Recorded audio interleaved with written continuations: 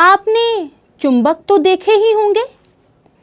एक छड़ चुंबक लीजिए और इस छड़ चुंबक के निकट एक लोहे की कील रखिए। छड़ चुंबक को धीरे धीरे लोहे की कील के नज़दीक लेकर जाइए। ध्यान रखिए कि हमें इन दोनों को आपस में संपर्क में नहीं लाना है। आप देखेंगे कि कील अपने आप गति कर छड़ चुंबक के साथ चिपक जाएगी। इसका क्या अर्थ हुआ? इसका अर्थ है कि चुंबक ने बिना संपर्क किए कील को अपनी ओर आकर्षित कर लिया। छड़ चुंबक के द्वारा लगाया गया यह बल चुंबकीय बल कहलाता है, क्योंकि यहाँ पर चुंबक और कील के बीच किसी प्रकार का संपर्क नहीं था, इसलिए चुंबकीय बल असंपर्क बल का उदाहरण है। आइए हम एक और उदाहरण देखते हैं। एक गेंद को बल के साथ ऊपर की तरफ उछालिए। आप देखेंगे कि थोड़ी दूर ऊपर जाकर यह गेंद अपने आप ही नीचे पृथ्वी की ओर गिरने लगती है। इससे स्पष्ट है कि गेंद की गति की अवस्था में परिवर्तन होता है। सभी वस्तुएं पृथ्वी की ओर इसलिए गति करती हैं क्योंकि पृथ्वी उन्हें अपनी ओर आकर्षित करती है। पृथ्वी के द्वारा लगाए गए इस बल को गुरुत्वाकर्षण बल कहा जाता है। यह बल भी असंपर्क बल का ही उदाहरण है। अब हम एक और असंपर्क बल के बारे में पढ़ेंगे। दो गुब्बारे लीजिए, इन्हें हवा में लटकाइए। क्या इनमें किसी प्रकार का कोई बल लग रहा है? नहीं। अब एक गुब्बारे को हाथ में पकड़कर किसी ऊनी कपड़े के साथ रगड़ दीजिए। अब इसे दूसरे गुब्बारे के पास फिर से लटकाइए। अब आप देखेंगे कि यह गुब्बारा दूसरे गुब्बारे को अपनी ओर खींचता है। इसका अर्थ हुआ कि इन दोनों गुब्बारों के बीच कोई बल लग रहा है। ऐसा क्यों हुआ? ऐसा इसलिए हुआ क्योंकि ऊनी कपड़ों के साथ रगड़ने पर गुब्बारा आवेशित हो गया और उसने दूसरे अनावेशित गुब्बारे को अपनी ओर खींच लिया। बच्चों, एक आवेशित वस्तु के द्वारा किसी दूसरी अनावेशित या आवेशित वस्तु पर लगाया गया बल स्थिर वैद्युत बल कहलाता है और स्थिर वैद्युत बल भी असंपर्क बल का ही उदाहरण है, क्योंकि यह बल वस्तुओं के संपर्क में न होने पर भी कार्य करता है। तो इस प्रकार असंपर्क बल 3 प्रकार के हैं: चुंबकीय बल, गुरुत्वाकर्षण बल और स्थिर वैद्युत बल। चलिए बच्चों, अब हम दाब के बारे में पढ़ते हैं। दाब किसे कहते हैं? जब आप कील को हथौड़े के साथ ठोकते हैं तो शीर्ष चपटे सिरे पर ठोकते हैं और कील का नुकीला सिरा हथौड़े के साथ लगाए गए बल के कारण दीवार में चला जाता है।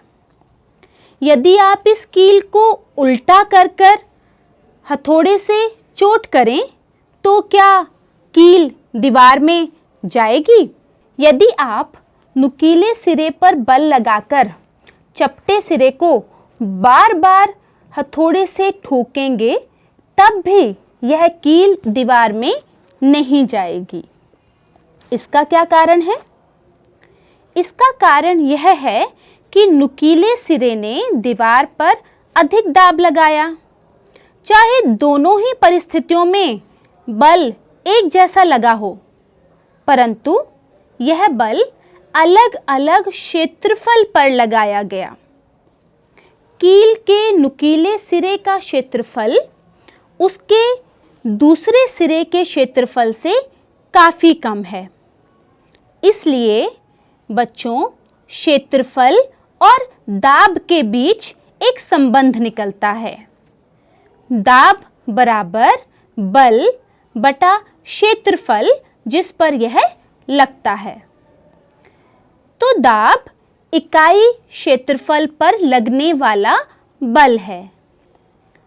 दाब का मात्रक न्यूटन पर मीटर स्क्वायर है, लेकिन एक प्रसिद्ध वैज्ञानिक ब्लेज पास्कल के सम्मान में दाब की इकाई को पास्कल भी कहा जाता है।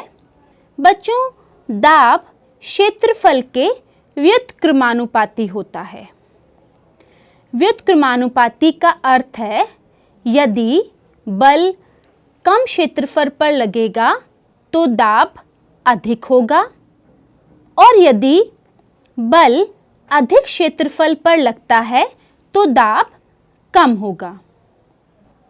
इसी कारण नुकीले सिरे पर हथौड़ा मारने पर कील दीवार में नहीं गई, क्योंकि कील के चपटे सिरे का क्षेत्रफल अधिक है और क्षेत्रफल अधिक होने के कारण दाब कम लगा। आपने देखा होगा कि जब हम सब्जियां या फल काटते हैं तो चाकू बहुत तीखा होना चाहिए। यदि किसी कुंठित चाकू से सब्जियां या फल काटने का प्रयास किया जाए तो वह आसानी से नहीं कटेंगी, क्योंकि कुंठित चाकू का क्षेत्रफल तीखे चाकू की तुलना में अधिक होता है, तो दाब कम लगता है। बच्चों, यह बल हम सतह के लंब रूप में लगाते हैं। आपको इसका एक और उदाहरण देते हैं। आपने अपने स्कूल बस्तों की लड़ियों को देखा होगा, वह काफ़ी चौड़ी होती हैं। तो अब आप बताइए कि आपके स्कूल बस्तों की लड़ियाँ इतनी चौड़ी क्यों होती हैं? जी हाँ, बिल्कुल सही। चौड़ी होने के कारण उनका क्षेत्रफल बढ़ जाता है और क्षेत्रफल बढ़ने के कारण दाब कम लगता है। बच्चों, चलिए अब हम द्रव द्वारा लगने वाले बल के बारे में बात करते हैं। द्रव बर्तनों की दीवारों और तल के ऊपर दाब डालते हैं। यदि हम द्रवों को अलग अलग परतों में देखें तो कई महत्वपूर्ण तथ्य सामने आएंगे। मान लीजिए हम किसी द्रव को 5 परतों में बांट देते हैं। बच्चों, आप देखेंगे कि दूसरी परत पहली परत का भार उठा रही है, तीसरी परत दूसरी और पहली परत का भार उठा रही है। इसी प्रकार चौथी और 5वीं परत ऊपर वाली परतों का भार उठा रही हैं। तो इनसे हमें क्या पता चलता है? इनसे हमें यह पता चल रहा है कि निचली परतों पर ऊपर वाली परतों की तुलना में दाब अधिक होता है। सबसे ऊपर वाली परत में दाब सबसे कम और सबसे नीचे वाली परत में दाब सबसे अधिक होता है। इसे समझने के लिए आप एक प्लास्टिक की बोतल लीजिए, इसे पानी से भर दीजिए। अब इस बोतल में सबसे ऊपर वाली परत के पास छेद करिए। आप देखेंगे कि इस छेद में से पानी बाहर आने लगता है। अब नीचे की परतों के पास भी छेद करिए। देखिए, क्या पानी हर छेद से बराबर दूरी पर गिर रहा है? नहीं, निचले छेदों से निकला हुआ द्रव या पानी ऊपरी छेदों से निकले हुए पानी की तुलना में ज़्यादा दूरी पर जाकर गिरता है। इससे यह सिद्ध होता है कि द्रव नीचे की परतों पर अधिक दाब डालता है और ऊपर की परतों पर दाब कम लगता है। बच्चों, अब हम वायुमंडलीय दाब के बारे में पढ़ते हैं। हम जानते हैं कि हमारे चारों ओर वायु का एक आवरण है। वायु के इस आवरण को वायुमंडल कहा जाता है और इस वायुमंडल में उपस्थित वायु के द्वारा लगाए गए दाब को वायुमंडलीय दाब कहते हैं। क्योंकि वायुमंडल पृथ्वी के तल से कई किलोमीटर ऊपर तक फैला हुआ है, तो वायुमंडलीय दाब काफ़ी अधिक मात्रा में हम पर लगता है।